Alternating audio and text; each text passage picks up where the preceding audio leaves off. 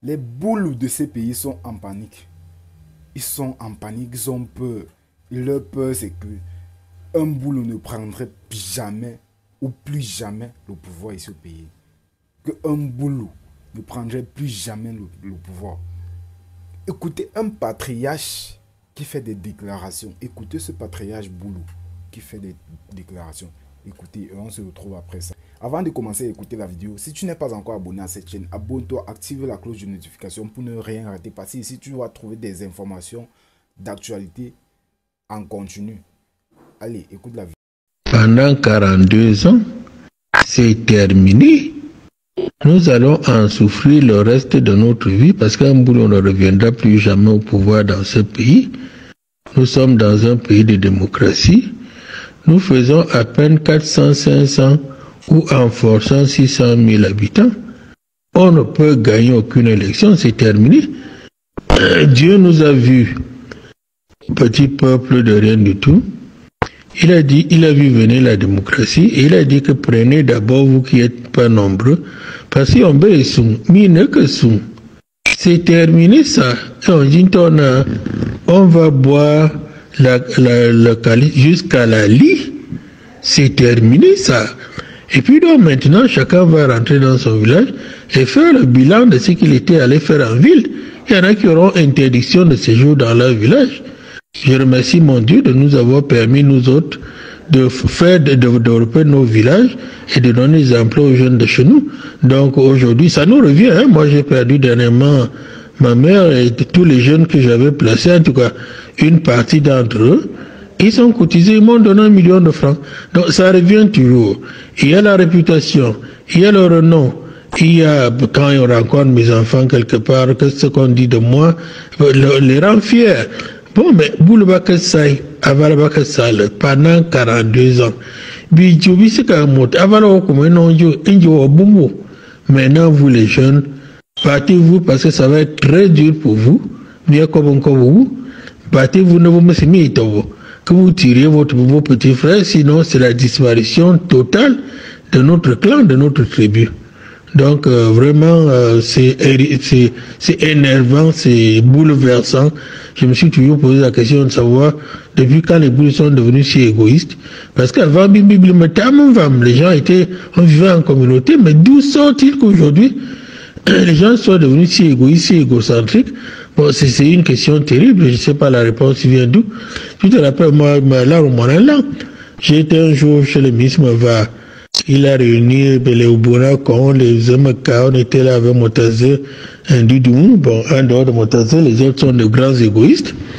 Et on te, Zemaka, Zekaka, Makame, on va aller à la bien voir le Kobo, Makaka, Silna, et on va tarber Yann Bobo Zikulu.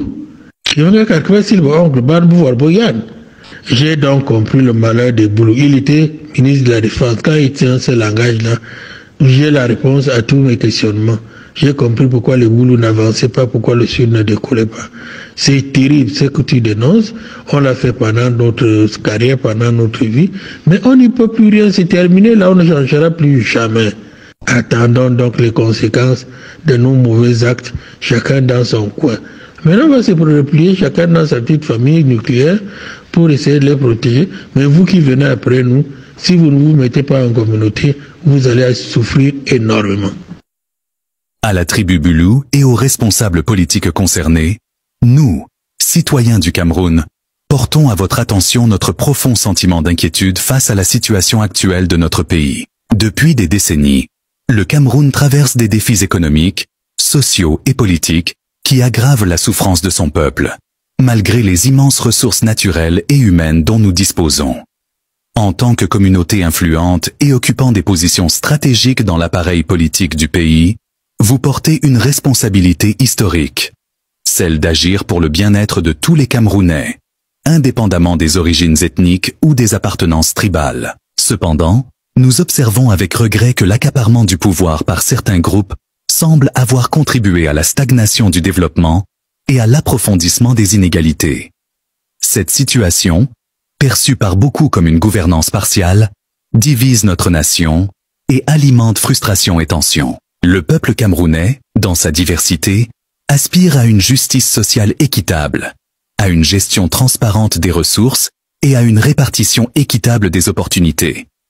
Nous ne remettons pas en cause votre droit légitime à participer à la gouvernance de notre pays. Mais nous vous appelons à ouvrir davantage le dialogue, à promouvoir l'inclusion et à mettre en avant les intérêts collectifs plutôt que des intérêts partisans ou communautaires. Le Cameroun est une mosaïque de cultures et de traditions. C'est dans l'unité et la solidarité que nous trouverons la force de surmonter nos défis. Nous croyons qu'un leadership éclairé, dévoué à l'équité et à la justice, peut faire de notre nation un modèle d'harmonie et de prospérité en Afrique. Nous vous invitons donc à repenser vos priorités et à œuvrer pour un Cameroun où chaque citoyen, quelle que soit son origine, se sentira respecté et représenté. Un Cameroun où les souffrances des populations ne seront plus ignorées et où l'avenir appartiendra à tous. Avec tout le respect dû à votre engagement, nous espérons que cet appel trouvera un écho favorable auprès de vos cœurs et de vos consciences. Pour le Cameroun, pour l'unité, pour la justice. Respectueusement, des satanis avides de sang et d'énergie du pauvre peuple. Ô citoyen lambda, toi qui tires le diable par la queue au quotidien, toi qui respires le soufre, toi qui te demandes si c'est vrai qu'il y a un Dieu, toi qui n'arrives plus à manger à la sueur de ton front. Prends patience, un jour viendra. Toi, aristocrate de ce pays, ouvre bien ta bouche et mange à la sueur de mon front. Mais surtout, n'oublie pas de mourir. Quand viendra le jour? Après tout, on s'en ira tous. Et l'histoire jugera. La justice sur la terre pardonne aux grands hommes que vous êtes. Mais qu'en sera-t-il de la justice sous la terre? Les pères fondateurs ont pris le large, et les vautours que vous êtes avaient pris les sièges. Le peuple croupit sur le poids de votre méchanceté. Mais un jour peut-être, très chers dirigeants, puisque désormais le peuple est réduit à vous supplier, tel un enfant qui implore sa maman de lui donner à manger. Avez-vous encore un cœur pour compatir à la douleur du peuple que vous prétendez représenter? Êtes-vous encore humain? Pourquoi tant de méchanceté? Partout ailleurs, les hommes et les femmes travaillent dur pour laisser un nom et un héritage à la postérité. J'ai envie de comprendre, et alors, je m'interroge. Quelle faute payons-nous le prix si cher? De l'esclavage à la colonisation, de la colonisation au néocolonialisme, et après, ô peuple, que le feu de ta colère brûle sur tes oppresseurs. Jadis vous étiez nos fils, nos frères, nos oncles, nos parents. Mais désormais qui êtes-vous? À toi le vieux comme on aime à t'appeler. Les prévaricateurs à col blanc qui sont tes créatures ont pris des grades. Aujourd'hui, ils se nourrissent de ton sang. Toi que le poids de l'âge écrase dangereusement. Toi qui regardes impuissamment l'Armageddon. Toi qui regardes douloureusement tes créatures sombrer dans les excès. Dis un seul mot, et nous serons sauvés. Un mot qui ne rachètera pas tes fautes, mais qui les atténuera. Le vieux dit, non. Dis non pour toi-même que l'âge écrase désormais. Dis non pour sauver ce qui est encore possible de sauver. Dis non pour redonner de l'espoir. Dis non pour rester dans les cœurs. Dis non à tous ceux qui se nourrissent de ton oui. Dis non pour un futur meilleur. Dis non pour une transition meilleure. Dis non aux appels à candidature. Je comprends que ce soit difficile pour toi. Mais je pense qu'il est temps de passer à autre chose. Il est temps de laisser place à ceux qui ont des idées nouvelles. Le vrai leadership réside dans la capacité à savoir quand passer le relais. Pour permettre de nouvelles perspectives. As-tu réfléchi à la manière dont tu aimerais que l'on se souvienne de toi? Rien ne dure éternellement. Le changement fait partie de l'évolution. Le pouvoir n'est pas une fin en soi. Il doit être au service des autres. Et parfois, il est plus bénéfique de s'effacer pour laisser place à de nouvelles idées. Il est plus utile de préparer la relève que de continuer à mener soi-même. Je pense qu'il est temps de penser à l'avenir. Je pense qu'il est temps de déposer les armes. Je pense qu'il est temps d'aller se reposer. Alors, vous avez compris ce qu'il a dit, vous avez écouté très attentivement ce qu'il a dit. Maintenant, laissez-moi vous dire que sur cette page même, sur cette page, il y a des gens qui vont venir dire qu'un Bamileke qui ne prendrait jamais le pouvoir. Mais laissez-moi vous dire qu'il n'est pas question d'être Bami ou d'être Boulou ou d'être, je ne sais pas trop de quelle ethnie tu viens. Il n'est pas question de venir d'un ethnie particulier pour pouvoir prendre le pouvoir au Cameroun. Parce que nous ne sommes pas tribalistes. Il n'est pas question de tribalisme ici au Cameroun. On veut seulement, ou on veut choisir un candidat qui est apte, qui est capable de diriger le peuple camerounais. C'est tout ce qu'on choisit. On ne choisit pas les ethnies ici. Ce n'est pas ce qu'on veut. Parce que je vois sur cette chaîne même, si vous scrollez peut-être dans la partie des commentaires, vous allez voir des gens comme quoi, nous ou moi, je veux qu'un Bamileke monte au pouvoir. Ce n'est pas de ça qu'il s'agit. Ce n'est pas ce que nous voulons. Ou ce n'est pas ce que moi je veux. Je ne cherche pas les ennemis, je ne cherche pas peut-être les Bamileke ou peut-être un nordiste ou peut-être un anglophone pour prendre le pouvoir. Moi je cherche quelqu'un qui est capable, que tu sois anglophone, que tu sois Bamileke, que tu sois Eton, que tu sois Boulou, que tu sois, peu importe l'ennemi d'où tu viens. Tant que tu es capable de gérer, de diriger le pays, tant que tu peux, nous, on n'a pas de problème à ça. Nous, on n'aura pas de problème. Maintenant, comme vous commencez déjà à penser que si on veut qu'un Bamileke monte, il ne va jamais monter, ça, c'est déjà un niveau de tribalisme. Or que ce n'est pas de ça qu'il s'agit. C'est le tribalisme qui fait en sorte que vous voyez les conneries sur les réseaux, ou même dans la politique, les gens sont en train de combattre les autres et tout et tout. Parce que vous voulez qu'on se sépare. Vous voulez la guerre dans un pays. Vous voulez la guerre entre vous-même.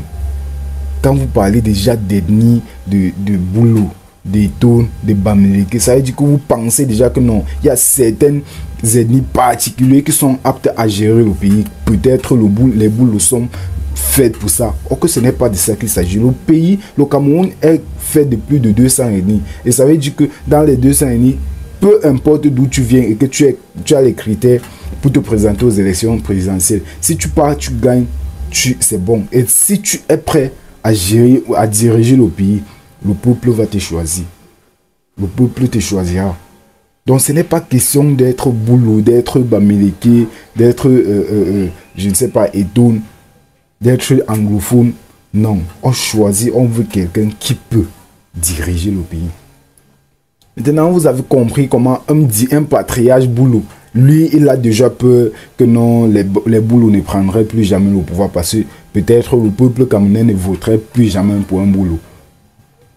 Je ne sais pas si vous comprenez. Peut-être la logique dans ça, c'est que comme Paul Biya est monté au pouvoir, il a fait plus de 43 ans, le peuple camerounais ne souhaiterait plus jamais qu'un Boulou monte parce que dans leur tête, ils se diront que voilà, un Boulou va encore monter et coloniser le pouvoir et tout et tout.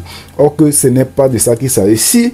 Si pendant les élections présidentielles de 2025 qui viennent en octobre, un Boulou se présente et qu'on voit que non, un Boulou est capable de gérer le pays, on va voter pour le Boulou sans hésiter. On va voter pour le Boulou sans hésiter. Les gens sont derrière Maurice Kamto pour ces raisons-ci. Lui, il est actuellement la personne la plus crédible, il est le candidat le plus crédible pour nous sortir des situations ici au Cameroun. Il est la personne la plus crédible.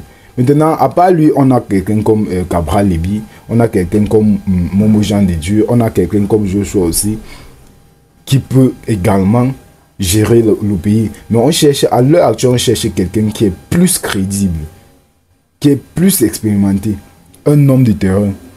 C'est ça qu'on cherche. Ce n'est pas que non, il y a comme candidature ou comme parti d'opposition. Non, ce n'est pas de ça qu'il s'agit. On choisit juste celui qui est plus crédible. Je ne sais pas si vous comprenez. Donc, allez, n'ayez pas peur, il faut plus craindre. Les Boulous, vous faites partie du pays et on vous aime tellement. On vous aime tellement. On vous envoie les cœurs. Allez, ciao, ciao.